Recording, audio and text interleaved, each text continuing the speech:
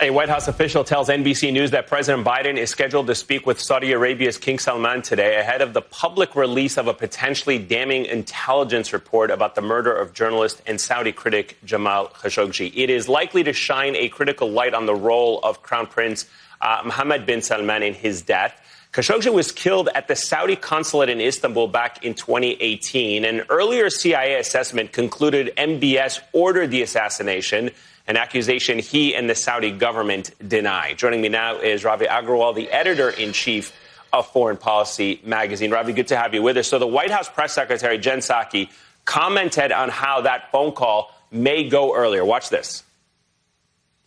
He is not going to hold back, as I noted, in speaking out when there are concerns. Of course, he has the right to take action of any kind as the president of the United States.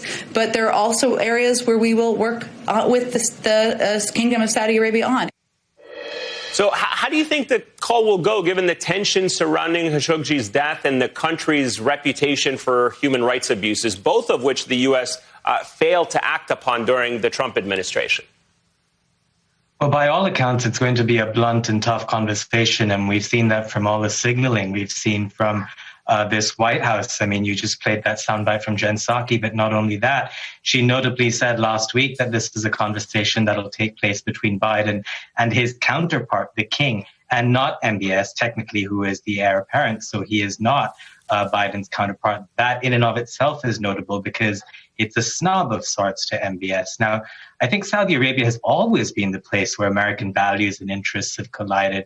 And Washington's long tried to have it both ways, to claim that it both cares about human rights and democracy, but also to retain Saudi support given its outsized role in regional politics and the global oil markets. We know that this balancing act kind of blew up during the Trump presidency. So the question now is how exactly the Biden administration can recalibrate and at what cost. The early signs, of course, are that Biden is going to try and reassert U.S. values. I think the big question from this call and when the CIA report is released is how much of it is redacted and how directly the CIA and this administration chooses to tie what happened to Jamal Khashoggi to the Crown Prince MBS. So speaking of MBS in the broader region, Biden has a pretty long list of foreign leaders that he's already called. The administration is clearly sending a signal, as you noted, by calling the king and not MBS the de facto leader of the country. But as Politico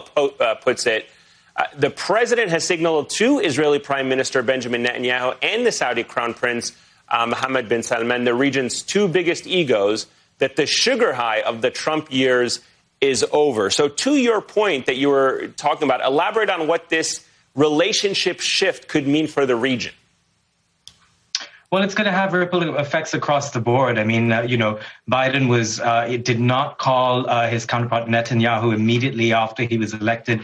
He chose to call instead the leaders of Canada and Mexico, European leaders, again, signaling the foreign policy priorities for his administration. But more broadly, I think the biggest move of his administration so far is probably, you could say, the fact that he has said that he would make Riyadh and Saudi Arabia the pariah that it is, to stop weapon sales to Riyadh, or at least to pause them, and also declare an end to U.S. support for the war in Yemen. So given all of those things, I think that immediately recalibrates the relationship with Saudi Arabia. It also means then that it changes the dynamics of the relationship with Iran. Of course, the U.S. needs Saudi support and compliance and help if it is to re-enter the JCPOA relationship with Iran.